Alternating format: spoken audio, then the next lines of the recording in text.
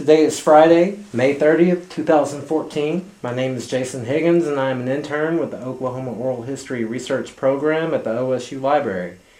I am in Stillwater to speak with Hugh Evans regarding his life experiences, including his time during and after serving in the United States military. This is part of the Spotlighting Oklahoma Oral History Project. Thank you for joining me today, Mr. Evans. To begin, when and where were you born? August 5th, 1922 in Alpena, South Dakota. And did you grow up in South Dakota? That's correct. Can you tell us a little bit about what it was like growing up there? Well, it was a small country railroad town, and we had you never left home. Everybody in town knew you. You were supervised by strangers or people that you might not know, but they all knew who your dad was, and everybody knew everybody's business in that little town. And it was a railroad town. We had the bank robbed one time. It was the most exciting thing ever happened in my hometown. And it was a local boy named Floyd Kopic robbed the bank. And as he locked the one customer and the banker in the safe. But the safe had a thing on it that made it possible to open it from the inside. And the banker stepped out of the safe and picked up the rifle that was always on the counter, broke the window of the bank, and shot the tire out of the rear of the car that the guy was driving away from town. Now, it was only 3 blocks to the grain fields.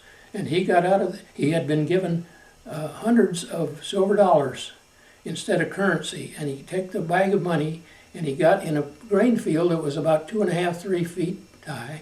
And the banker had pressed the button that told the businessmen in town that the bank was being robbed, and the businessmen went out to hardware and each got a rifle from the hardware man who was a rifle nut, and they surrounded the field the guy was in. He just had a pistol, and they told him, "You better come out now," because they had him cold, and he stood up, and he spent I think 7 years in jail. It was a 20-year sentence, but he was given time for good behavior. Interesting. So what did your father do? He was a rural mail carrier. He had been a Methodist preacher before that, but he had a nervous breakdown, and he had to he was postmaster for a while, and then the rural mail carrier business came in because he wanted a secure job. And it was under civil service where the postmaster job wasn't, so he took a test and got to be a rural mail carrier. And that, my memory of him, he was a rural mail carrier for years. They told about his coming off the route after they started rationing meat, and he had a car full of meat that his customers had given him because he'd been their mailman for a long time. Rural free delivery. He was very much involved in that. Interesting. Did you have a large family? Yes, I was number 7 of a family of 8 siblings. What was that like growing up? Well, it's like being in an institution.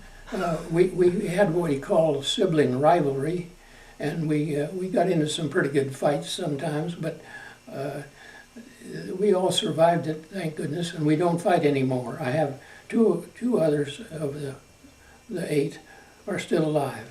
Wow. I have a sister and a brother that's still alive. Oh. But what was school like growing up?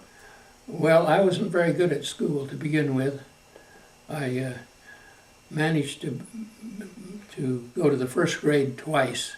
The girl that had my first grade teacher had never taught before, and she thought that about half her class were feeble-minded because they wouldn't remember what she told them, I guess. I don't know. But at any rate, I had the privilege of going twice to the first grade. And then by the time I got out of high school, I was in the maybe upper third of the class, because I did mature, and I got to where I wasn't exactly stupid, you know. Right. Did you have any other teachers, a favorite teacher? Yeah, a favorite teacher was a man named Coddington, and he was my science teacher in high school. And that's probably why I chased it first. I worked for a certificate to teach science in secondary school. Interesting. So, science was your favorite subject then? I guess so. You'd say so, yeah. Science. Of course, there's a lot of sciences, you understand. Mm-hmm. Yeah. But, Did you have any hobbies or? yeah, I built model airplanes. Like that, I said I was 5 years old when Lindbergh flew the ocean, and that was the biggest thing that ever happened. And I built model airplanes that flew pretty well. Some of them didn't fly worth a fiddle, but I was persistent, and I built quite a few models. Interesting. And that's all tied in with the airplane thing. See, Right, right. What year did you graduate high school? 1940. Okay, and what did you do right after high school?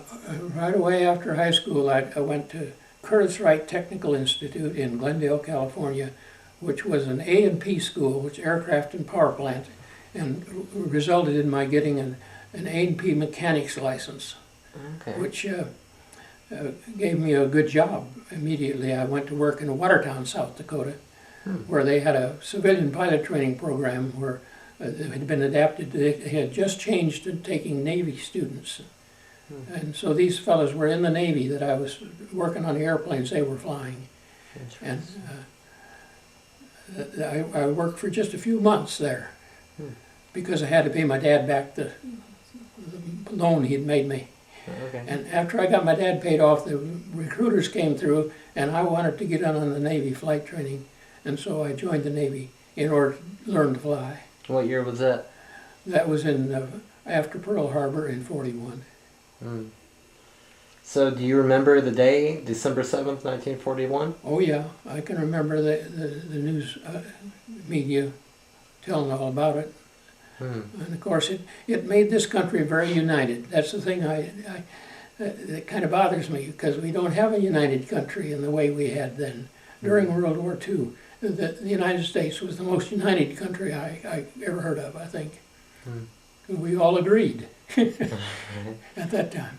What was your personal impression Of the war? of the attack? Of the attack? I was shocked, like all of us were. And my first reaction was to go join up, But because of that $300 debt that I had, I had to earn enough money to pay my dad back, which didn't take too long. And so you borrowed that money to go to the technical school? Yeah, it was. It made it possible. He provided the first $500, and then he loaned me the $300 extra necessary. And I worked too. I did janitorial work at the school to add to my income in order to go to school. Did you work through high school as well?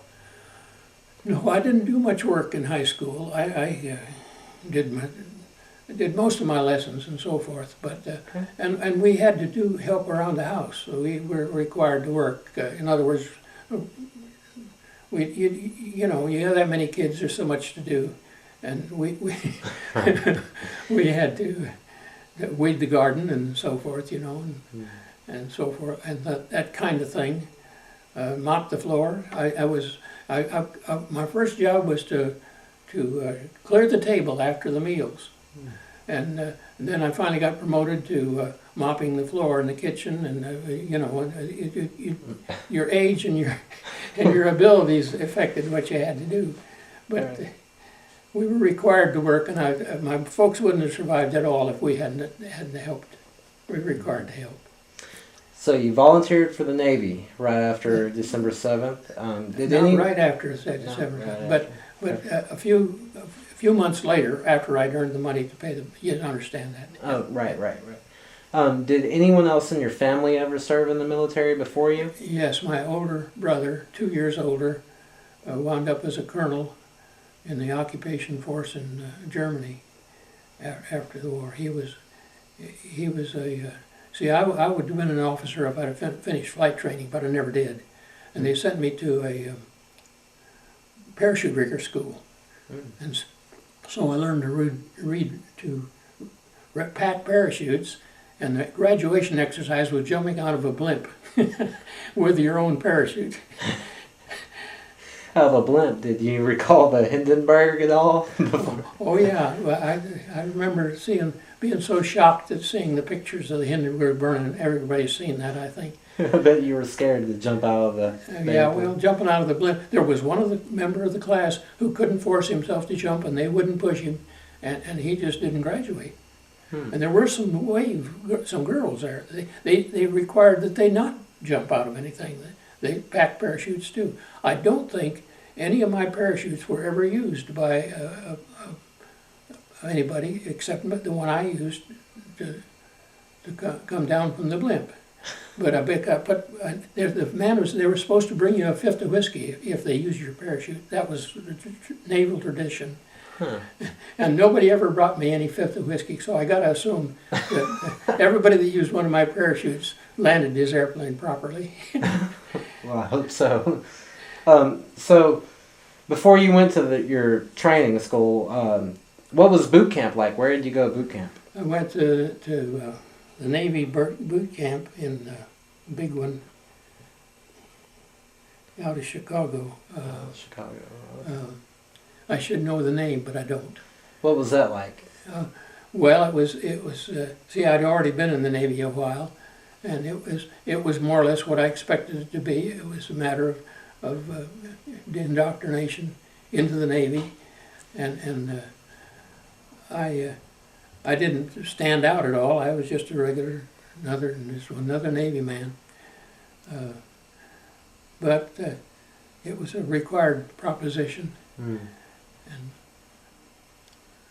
I don't know. And you went to aviator school after that? Yes, I didn't. Because I already had my A&P mechanics license. I was assigned to a squadron and did mechanical work on Corsair fighters, is what I remember. Corsairs? Mm-hmm. Interesting. But then they sent me from that Corsair fighter squadron to parachute rigger school. See, there was a period in there. I went to boot camp, and then parachute rigger school, and then it was in. Actually, it was in San Diego, I think, that I was assigned to work on parachutes, and they had an interesting thing. The pilots were sitting about 2 to 3 inches ahead of the armor plating, and they would get shot in the shoulders because of that. And frequently they'd land in spite of the fact that they were shot in the shoulders. And they wanted to put the pilot back that couple of inches. And so we converted thousands of parachutes from backpacks to seat packs, so that they could have their back right against the armor plating, and as a result, they wouldn't get us hit in the shoulders as much. And we converted many parachutes. I got into that because it was the only real contribution to the war effort I ever made was converting those parachutes. I'm sure you saved many lives. Yeah, maybe so. I hope so. Keep the people from, of course, getting shot in the shoulder isn't the end of you, but and of course our pilots had a great advantage in the fact that the fighters were tough. They were very well armored. They had 3 or 4 guns in each wing, and there were 50 caliber machine guns, and the Japanese just didn't match us.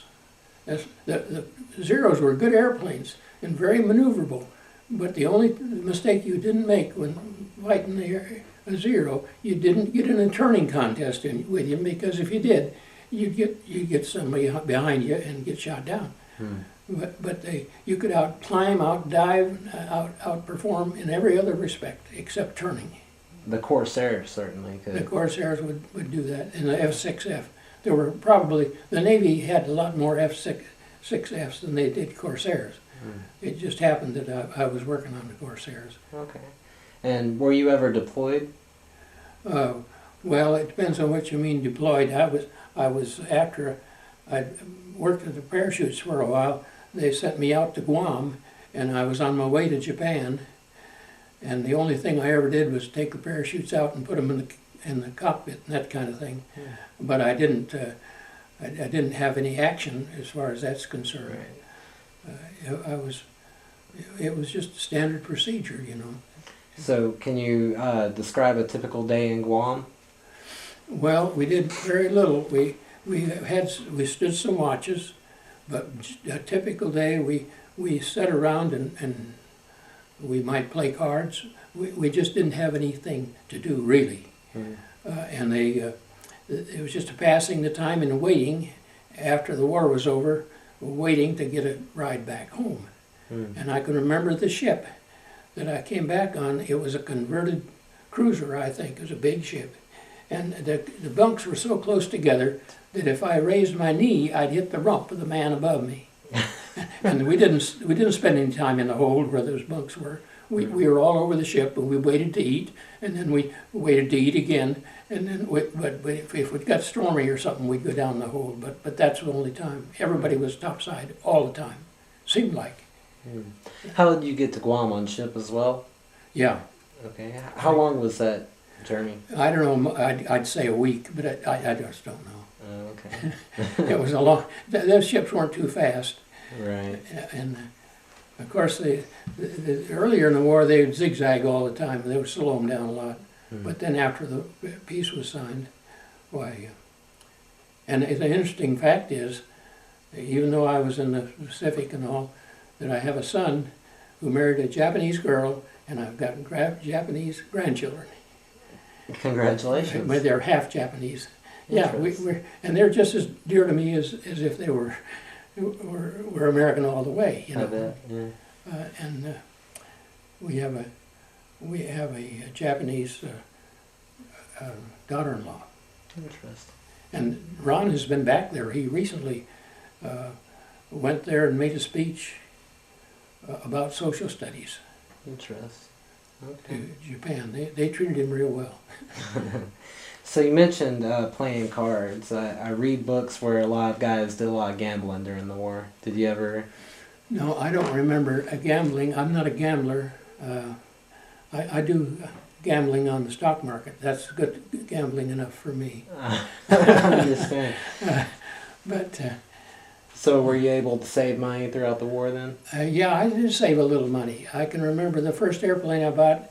They had two airplanes. One was had been chopped. The tail had been chopped off by a bigger airplane when it tried to park in the same spot. And it chopped. Both of them were Piper Cubs, and the other Cub, the O4, it's called, it's Piper Cub, and the other one had the landing gear smashed. And I bid on both of them. They were surplus after the war. Right. I bid on both of them, but I didn't get both of them. If I'd have gotten both of them, I'd have been able to take the landing gear off of the one and put it on the one that had the landing gear smashed, and I'd have had an operational airplane. But I just got the one with the landing gear smashed, and I didn't have one wheel, a little aluminum wheel, and I put in for it, and they were shipping it to me, but they had a big railroad strike, and it just sitting there, and the motel bills were eating me up, and I had to go and make some discs out of plywood, a series of discs that were about 3/4 of an inch thick, and maybe a half a dozen or 10 discs, and different diameters so it would hold the tire. I had the tire and the tube, and I drilled a hole through the plywood to get the stem out so I could inflate the tube, and I drilled a big hole to go over the axe and I had a big washers on the outside and some stove bolts to hold the two together, and it wobbled a little bit, but it worked. and I got to fly that airplane. It was a ferry permit. You see, you can fly an airplane legally with a ferry permit if you got an A&P mechanics license and have a pilot certificate. So that's what I had. Interesting. And I flew that airplane from Camden, Texas. I think it was Camden, Texas, to Alpena, South Dakota, where I tore it to pieces and got it to where it was in shape to be licensed. Interesting. Okay. Do you remember anything extraordinary during the war? Any day that was funny or any event? Well, I can remember, periodically the fellas on Guam would get to go home. A bunch of them would leave. And we were all living in Quonset huts. And I can remember going and looking at the stuff they left behind. If we wanted any of it, we picked it up and took it to our Quonset hut, And then when we left, I know what happened. The rest of the fellows that were left there, it depended on how many points you had, how long you'd been in the service. Right. And I don't know what else, that was the big thing. How long had you been in the service? And that determined who had the most points. And they went by points because all of us wanted to go home. Right. And so I can remember that they picking up this stuff and carrying it over to our place. And it was a big bull session we had. We didn't have anything much to do. And Guam was a small island, right? Relatively small. Well, it was 3 islands, Tinian and Guam, and I don't remember. There were 3 islands there, but Guam was probably the biggest of the 3. I don't know. It's the one I was on, anyway. Interesting.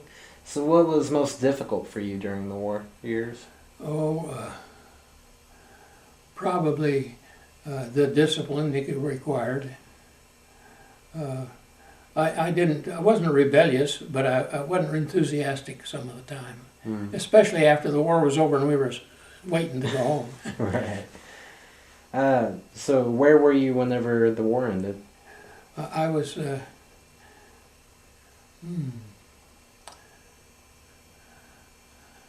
I can't tell you for sure.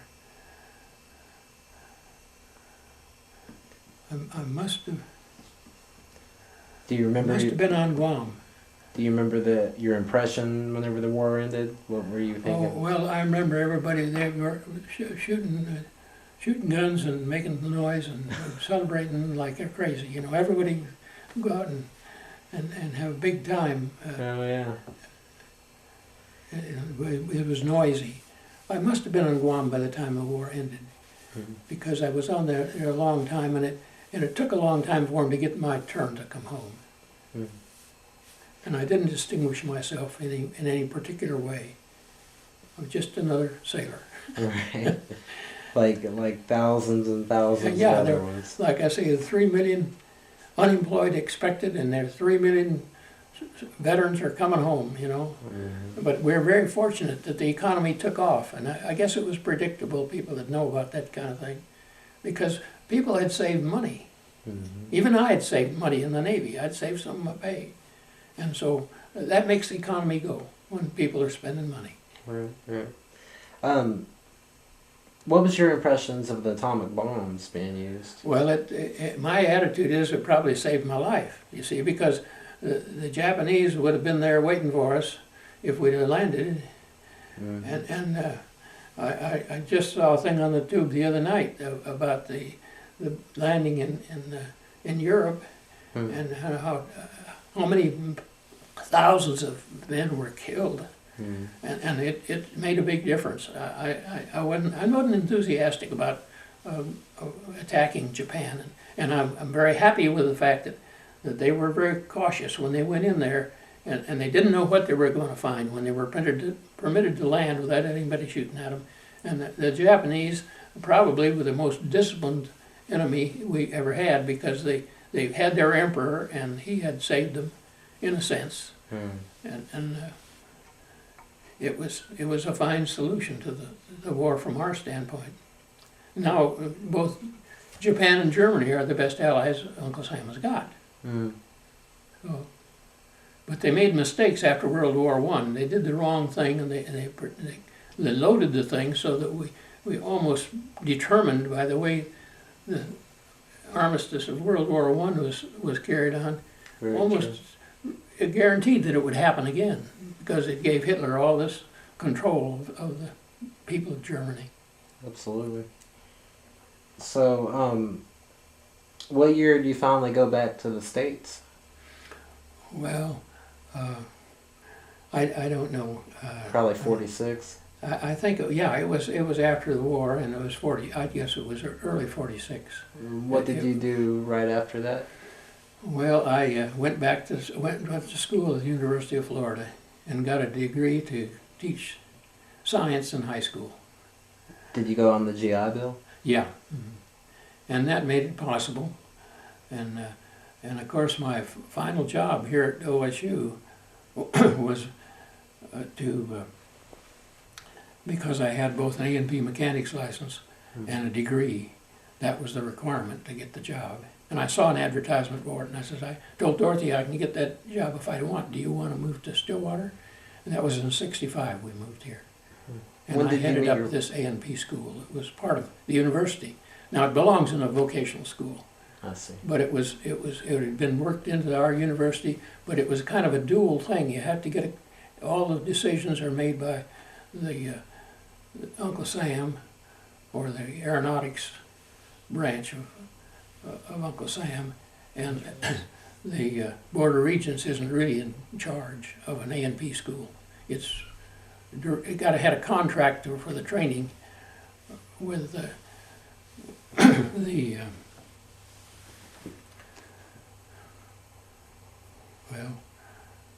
contract with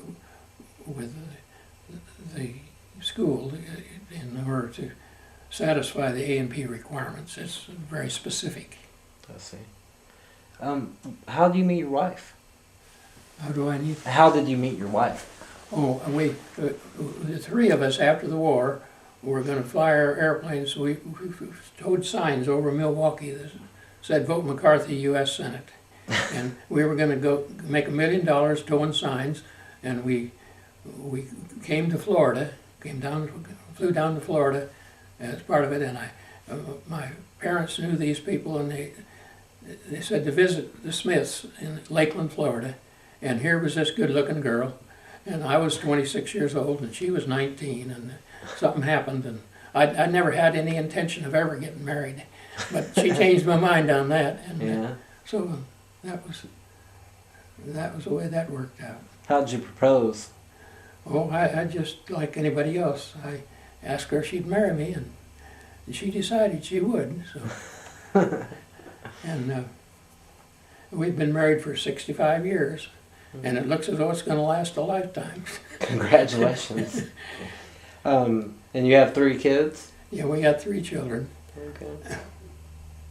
And your son teaches social studies? He teaches, he's a professor at San Diego State. Okay. And where did he go to OSU? Yeah, he went to Stillwater High School, and he graduated and went to OSU. He went one semester, I think, to OU. Oh, okay. Believe it or not. But then he got his head on straight and came back to OSU. So would you like to talk a little bit about your time at OSU? Well, I came here in '65, and I came here to be in charge of this A&P mechanics course. And it's part of the School of Technology under engineering. And we had pretty good, all of my students were young men except for one. We had one girl who tried to go to school with us, and I have to say that the fellows picked on her. They didn't appreciate the fact that she was a girl or something. I don't know what happened, but I'm sure that she was unhappy by the way she was treated by some of my students. Now, I've got one of my students was the son of one of the professors here at the university, and he became an expert in carbon fiber construction for airplanes. And they started out with wingtips and wheel pants and that kind of thing. And this carbon fiber makes a stronger, lighter airplane. And he's an expert at that. And other students, now we changed it from a 2-year degree to a 4-year degree in aeronautical technology before we quit, before they decided it wasn't going to go anymore. And of course, there's that conflict with the Board of Regents and Uncle Sam. They can't both run the school. I see. And every A&P school has to be chartered or controlled by the rules that Uncle Sam lays down. What was the greatest part about teaching for you? My relationship with my students, I always liked my students. I can remember one instance that I had a go-around with them. We had pneumatic riveting guns. We had maybe half a dozen of them, I'm not sure how many. And they would check them out and then check them back in. And it was kind of an informal thing, but one of the person was in charge of the tools. And a couple of those guns showed up missing. And I didn't know what to do about it. I knew they had been stolen. Somebody, one of these, and I was serious business. They were quite valuable little tools. Right. And I thought about it a lot, and I finally decided. Came into my class and I said, "Now, if we don't find those 2 rivet guns, every one of you is going to get 1 grade lower than you expect to get when you get done with this semester. And if they don't show up, and the next day they showed up, so say it worked. I put the pressure on them, and it worked. But I got along with my students by and large very well. They appreciated my instruction, and they were interested in airplanes too. They wouldn't have joined this thing. They wouldn't have signed up for that course if they wouldn't. And so we all had this in common. We were airplane nuts. I see. And I enjoyed working with the students very much. And I got along with them fine. So you're from South Dakota and got your bachelor's in Florida. Why Oklahoma? Well, because they advertised somewhere that they needed a person that had my qualifications. I see. A degree. I guess that makes you a gentleman. I don't know. But at any rate, they said you had to have a degree and you had to have an A and B mechanics license. Now, there aren't very many people like that because most people either go for the degree in the beginning, and I never expected to get a college degree when I went to A and P school. It was, I forego that. I decided, well, I was not the sharpest of any of my siblings. Most of them were sharper in school, better in school than I was. But of course, when I got to the GI Bill, that was something else. I worked at it, and I graduated all right. So hard work. Yeah. In the GI Bill. All right. Well, what kept you in Stillwater? Well, the fact that I've lived here so long, and I know people in Stillwater, and Stillwater is a good town. And it's not, I don't want to go back to South Dakota, those winters, 30 below zero is just too much. And my wife was from Florida, but she says there's too many bugs and too much moisture in Florida for her. So we're happy in Stillwater. It's a good place to live. It's not the best place in the world to live, but it's one of them. I see. I see. So, throughout your years, what are some of the greatest aspects of humanity that you've seen personally? Well, I think the progress we've made in this country. Of course, I'm an old Democrat. I know I'm in minority in Oklahoma. And there's lots of good Republicans in Oklahoma. But I think we've made a lot of real progress. I'm even enthusiastic about requiring that everybody have health insurance. Yeah. I think it's a good idea. And I hope it works out, in spite of the fact that there's a lot of people that are advertising that they're conservative and they're against it and they're going to get rid of it. I don't believe we're going to do that. I think we're going to go ahead and have health insurance, and it's just like Medicare and civil service and a lot of the other advantages. The country is run by the people, and it's got to serve the people, and it's just my philosophy on it. Absolutely. Yeah, I can't feel any other way. Not that the Democrats are always right; they can make mistakes too. But I think Oklahoma used to have quite a few Democrats, but the Republicans have been winning out. I'm not opposed to Republicans, you understand. The Tea Party people, I'm opposed to them. But the Republicans, they're just slightly misguided. Okay. So on the other side of that, what are some of the darkest aspects of humanity that you've seen?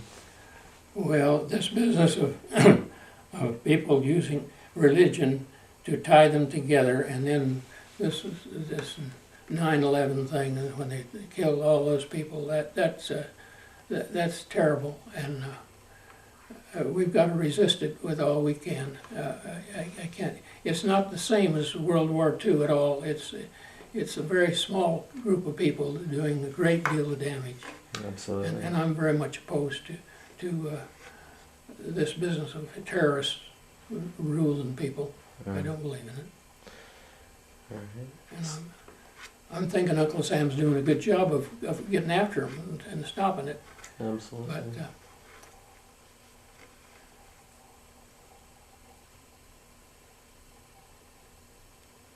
So, whenever history is written and it mentions you, what would you like to be known for?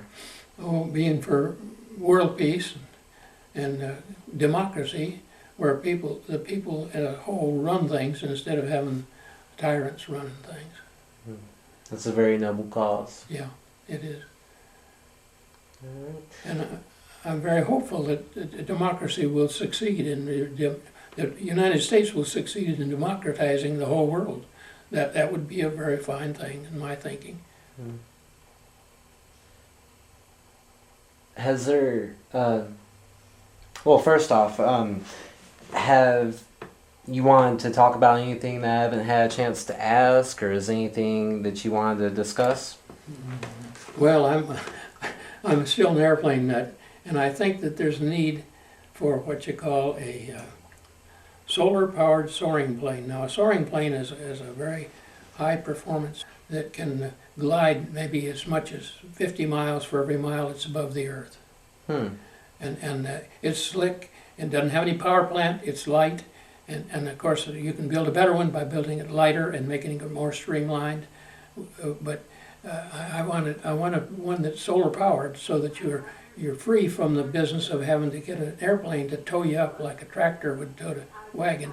You know, and I've flown once with a soaring plane and a pilot that knew what he was doing, and it was out in California, and we got towed into the air, and he found the thermal, which is a wind going straight up, and he circled lazy circles in this column of rising air, and we went up to about 15,000 feet, and where we just about need oxygen, you know.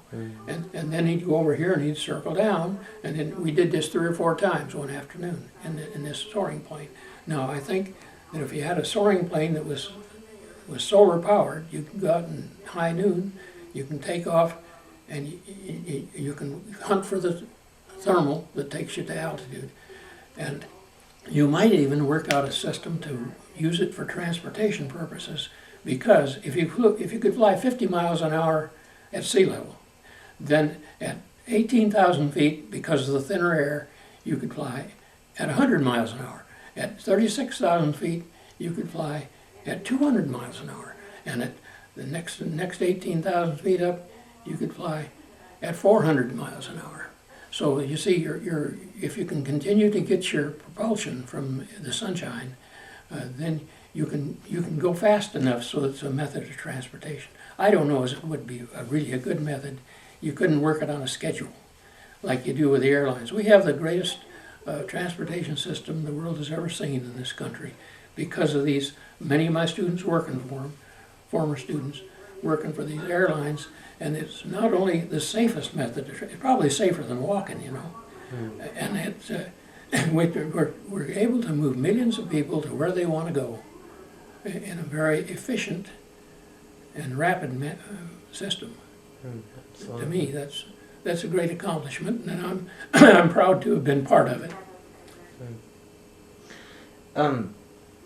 So you've witnessed quite a large rise in technology, especially with airplanes in the last 60 years, and you know, unfortunately, war sometimes spurs technology forward.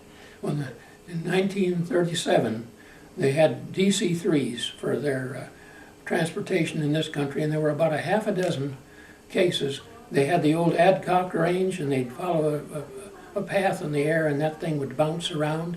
You know, they didn't know enough about it, and they flew into what you call a stuffed cloud. They were a cloud with a mountain in it, and they lost a half a dozen airplanes in just 1937. And the big question mark was, are the airlines going to, people, it wasn't fair. It was fear that kept people from flying in those days. And today, it's been reverse of that, except for these nuts that fly the airplanes into skyscrapers. Why, they're safe. They're amazingly safe. Now, I know there's still danger, and when they do crash, it's so traumatic that it causes people to work out still safer ways of transportation. They say automobiles that are dangerous, really, from a statistical standpoint, Right. because we're killing, what, as many as thousands of people, 4,000 people a year, or is it 40,000? I don't know. In other words, anyway, if you get your car on a highway going at a high speed, you're really in danger. But it's got to be controlled. If you're gonna, the faster you go, the more you got to control it. And our airlines have done a wonderful job of transporting people. And of course, the whole world is profiting from that too. Right. So, during your war years, did you get to make acquaintances with any of these pilots? It seems they were fearless during that time. I knew one of the Corsair pilots in VF 742 out of Jacksonville, or out of Florida. And I know him. I can't call the name of the town he's from. It's where they had all these destroyers stationed. And we gave those destroyers to the British in World War. Franklin Roosevelt gave them, really, to the British to try and keep them from stopping us from helping the British survive in World War, before we were in the war. But I can't call the man's name, but he was a naval aviator. He finished the course, and and he flew the Corsair fighter in the Korean War. And if you give me long enough, I could tell you his name. But at any rate, he's one of my real friends, but I don't see him very frequently. We live in different parts of the country. And but I have I don't have any old line friends. I do remember loaning a fella some money. I think just a small amount of money, $10 or something like that. And he sent it back to me, and I didn't know whether I'd ever see it again. I can't call his name. But he needed the money because it was a matter of whether he could go home or not, I guess. But, and he did send me the money back, I remember that.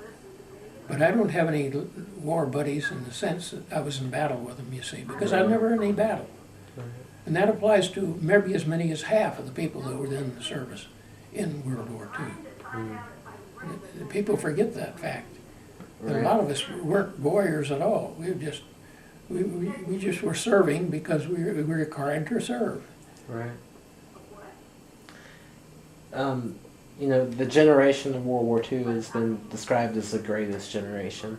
Yeah. And you've mentioned Rosie the Riveters, and you've mentioned all the other servicemen who didn't do the combat. Could you maybe discuss that a little bit? I don't know that our generation was the most challenged. I don't know that we were the greatest generation. Who was the great newscaster from South Dakota, from Sioux Falls? What was his name? Anyway, he came up with that business. His dad was in World War II, and he come up with this greatest generation thing. And I think the greatest generation was George Washington's, and the second greatest was Abe Lincoln's. and ours would be third in that case. But we were the most challenged. I mean, the Nazi thing really threw a terrific challenge at all the plans for democratic culture, democratic society. And it really challenged us. And we managed to control the challenge. And not that the thing is over with, because there's still plenty of tyranny in the world. Absolutely. So what do you think contributed to democracy surviving that challenging time? What do I think?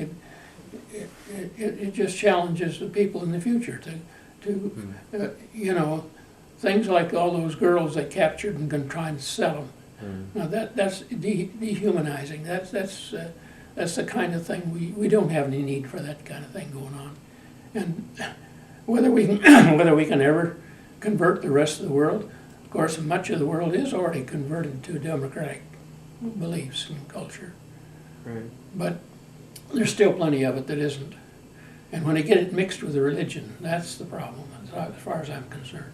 I always see these people that flew their airplanes into skyscrapers. I think they were so dedicated and so intent on what they were doing, and yet they were very much misled. Absolutely. And to get to religion and your government, we got to have freedom of religion in this world. And let people believe any God they want to, but my God doesn't discriminate on the basis of religion, you know. I mean, that's just my own slant on it. Right.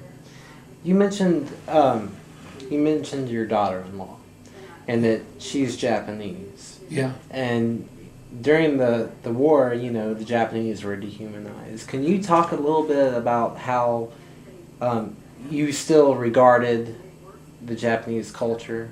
Well, I can remember people saying something about, it's too bad we're going to have to kill all the Japanese. That was a common attitude during the war. And thank goodness I never had that negative a view.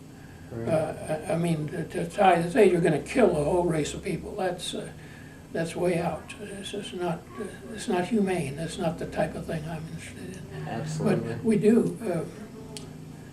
we do have to teach them about democracy, and thank God they do have a high degree of democracy in Japan and Germany today. Now, my hometown had 3 churches, and in 2 of them, the sermons were made in German, because the good Lord couldn't understand English, you see. And that was all right with me. The only thing that bothered me about it was I'd go to school, and the school was in English, but the homes of half of the students in my school, when I was in high school, were German. They spoke German in homes. And so the other kids I knew, buddies of mine, when they wanted to talk to each other and didn't want me to know what they were saying, they'd talk in German. And it made me angry. I can remember that. Interesting. But of course, those days are gone pretty well. Yeah. At least for my little hometown, they're just as German as they ever were, but they all speak English now. Wow. Well, it seems like you have a very solid perspective on life and on your philosophy on life. Well, I'm not really a philosopher, but I do have a philosophy of life, and to help people. And you know, people are more important even than airplanes. You know, you get right down to it. It's people that are important. Right. And it's important that people have an opportunity to develop and contribute to their culture and their society. And I think I've contributed, and I'm happy with that. Not that it's anything spectacular or unusual about it.